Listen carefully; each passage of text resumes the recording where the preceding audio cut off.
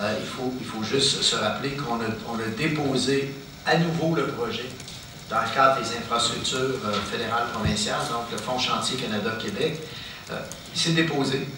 C'est en analyse au ministère des Affaires municipales et le ministère des Transports va donner un avis favorable à ce projet. Donc, c'est sûr que ce projet-là est bien situé, d'autant plus qu'à l'époque, il répondait déjà aux normes des Fonds Chantier Canada-Québec. Il répond à toutes les normes pour être recevable. Alors, voilà le premier élément qui permettrait des améliorations sensibles. Le deuxième élément qu'on demande au gouvernement, c'est la construction d'un nouveau viaduc au-dessus de l'autoroute 20, en continuité avec le prolongement à 4 voies de la rue Saint-Omer jusqu'à l'autoroute. Et ça, c'en est un autre exemple de projet qui non seulement est détaché soit du SRV ou du troisième lien, mais qui, lui, va permettre d'aller chercher un gain significatif sur l'autoroute 20. Alors, que se passe-t-il actuellement sur l'autoroute 20? Alors, ce qui se passe, c'est simple, c'est que tu as 30 000 véhicules qui sont obligés d'entrer sur Kennedy. La seule porte d'entrée à Lévis, c'est Kennedy. Alors donc, quand ces véhicules-là veulent entrer le matin, qu'est-ce que ça produit? Ça produit un bouchon qui souvent s'étend jusqu'à Saint-Robert. Avec tout ce que ça peut amener comme possibilité d'accident, comme on a vu récemment, c'est que les gens arrivent sur l'autoroute. Une autoroute, c'est fait pour rouler. C'est pas un parking, une autoroute.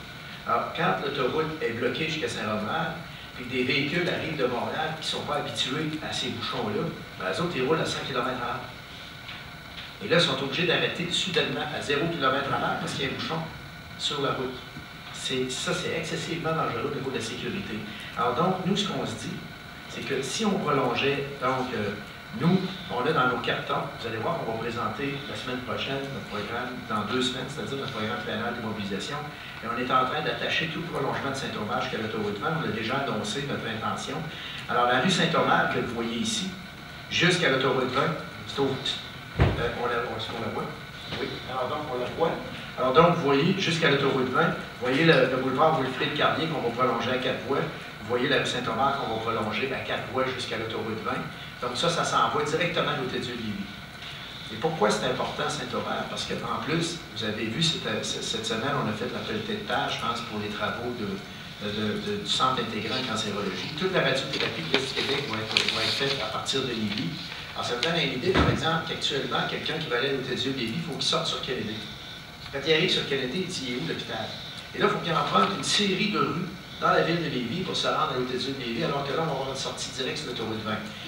Les gens de Desjardins, les gens de l'Université du Québec à Rimouski, je vous rappelle que le campus de Lévis a maintenant plus d'étudiants que la maison mère. On est à 3200 étudiants.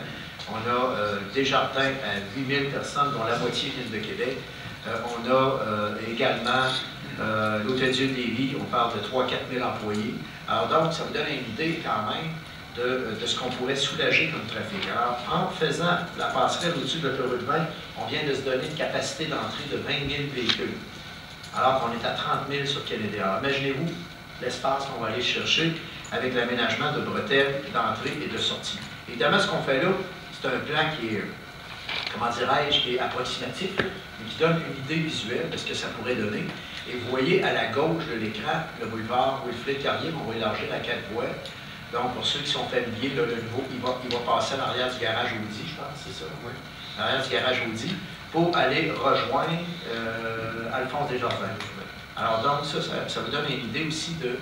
parce que vous voyez le quartier résidentiel qui est à l'arrière. Il y a de très gros développements qui sont prévus là, à l'arrière de Wilfrid-Carrier, au loin, vous le voyez. Alors, et là, actuellement, les gens sont obligés de passer dans les véandes de ces quartiers-là pour avoir accès à l'Hôtel-Dieu, pour avoir accès aux éléments stratégiques majeurs à Lévis. On va désengorger en même temps le boulevard Alphonse Desjardins, etc. Alors ça, c'est notre deuxième demande pour le viaduc de Saint-Omer, qui va permettre, évidemment, d'éliminer la file d'attente sur l'autoroute 20 le matin. Alors donc, on demande également l'élargissement de l'autoroute 20 dans les deux directions des pompes jusqu'à l'échangeur 325. Alors, la problématique est la suivante, c'est qu'on a cessé de faire l'élargissement de l'autoroute 20 parce qu'on avait refait la structure, donc, ce qu'on appelle la structure banane à la sortie des ponts de Québec, au-dessus de l'autoroute 20, qui nous mène à l'autoroute 20. Vous l'empruntez quand vous venez vers Lévis, alors donc, c'est la bretelle aérienne. Et on l'a, vous avez remarqué, quand les travaux ont été faits, on l'a sorti des bretelles de sortie de char, etc. Parce qu'avant, c'était tout poigné ensemble. Et ça, on est allé chercher de la fluidité avec ça. Bien sûr que si on réalise le viaduc de Saint-Omer et qu'on fait une troisième voie, vous voyez la troisième voie, on le voit très bien sur la carte, peut-être le montrer au pointeur, on voit très bien où la troisième voie arrête. On voit où la troisième voie arrête là. Alors donc, c'est ça, elle arrête là. Alors donc, et nous autres, l'idée, ça serait de prolonger la troisième voie, donc, en allant vers l'est, parce que quand Saint-Omer va être faite, on va aller chercher un maximum de fluidité pour nous permettre d'avoir des entrées correctes au niveau de Lévis. Alors ça, c'est l'aspect intéressant qui se produit. Et là, il faudrait que ça soit fait dans les deux directions éventuellement, mais pour ça, il faut aller chercher la fluidité ailleurs. Alors là, le ministère des Transports va regarder ça très, très, très sérieusement. Donc,